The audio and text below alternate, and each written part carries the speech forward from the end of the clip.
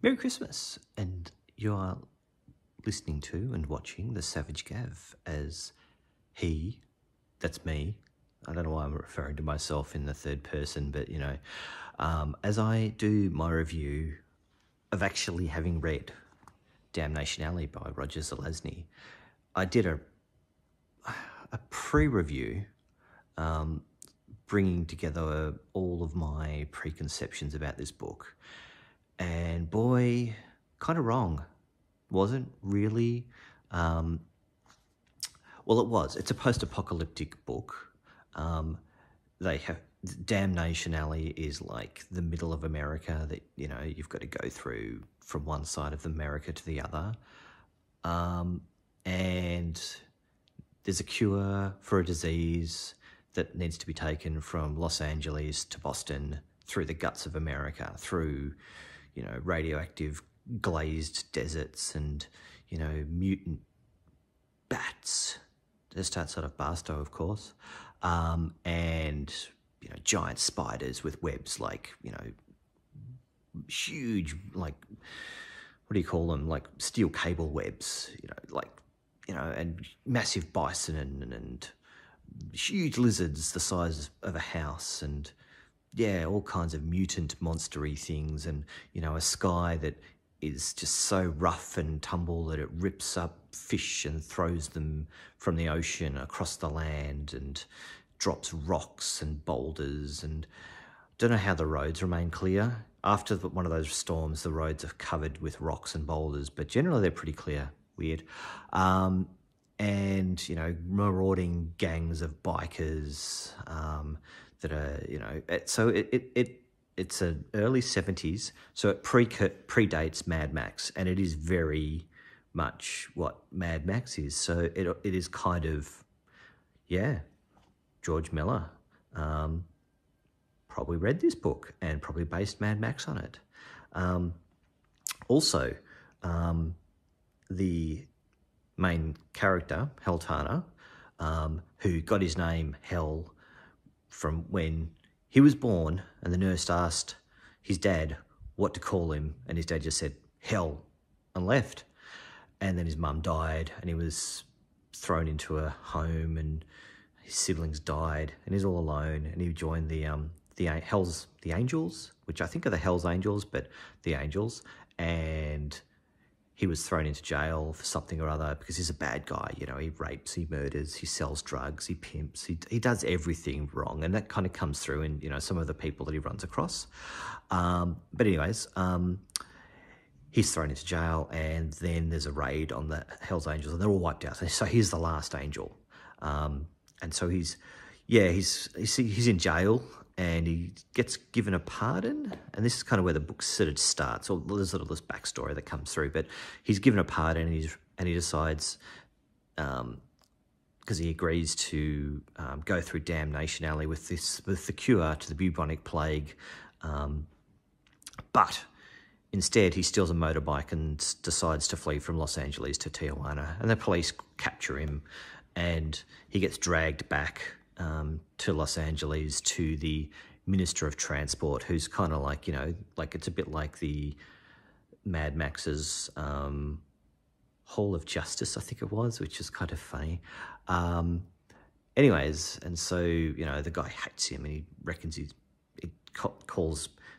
the Minister of Transport, or whatever his name is, hates Hell Turner, and, tells him that, he's a piece of crap, but he's the best chance that they've got. And it's true, because Hell Turner, he's just, he looks into the eye of death and laughs, as all true heroes should. But he's more anti-hero, or maybe not even anti-hero, maybe just a villain.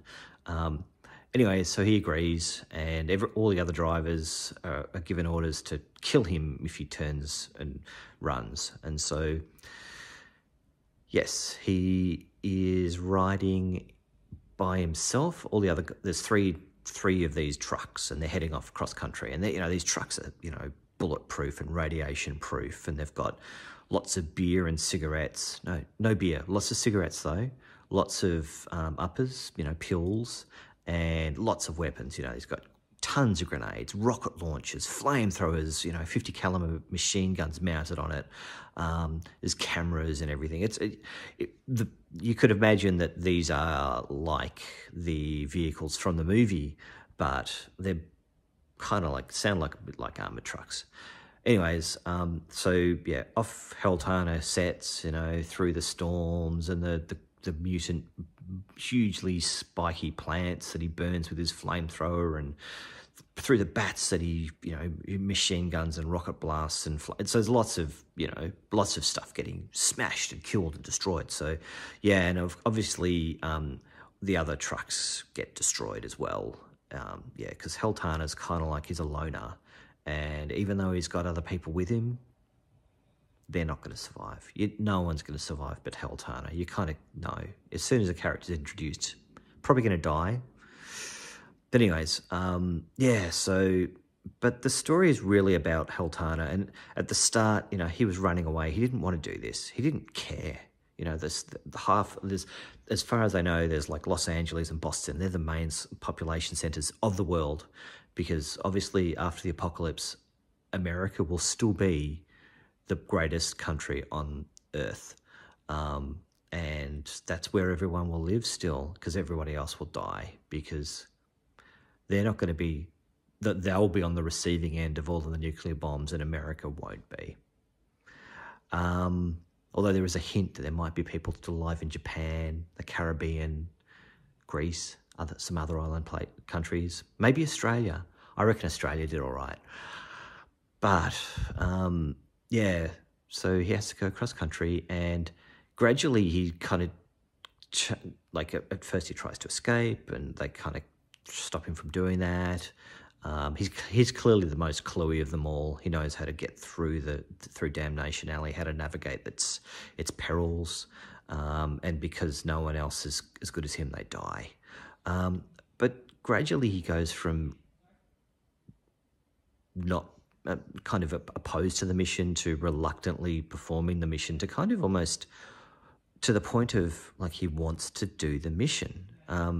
And it's just this slow, gradual change through. And he's still the same, killer.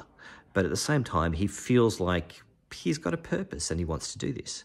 And I think that's most clearly stated when he gets his rig bogged after, beating up his co-driver, because he has a co-driver, but the co-driver wants to go back. And so Heltana beats him up.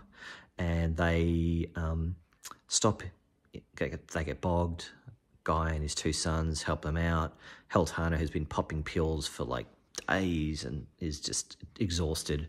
He falls asleep, wakes up, and he kind of befriends the youngest son of this farmer, and gives him his snake ring with its glass eyes and stuff. It's it's cool, and the kid wants to be a pilot, and you can't fly now because, as I said, the crazy winds ripping up rocks and stones and fish, and if you fly in that, you're going to get, your plane will get pelted with fish. It's not cool.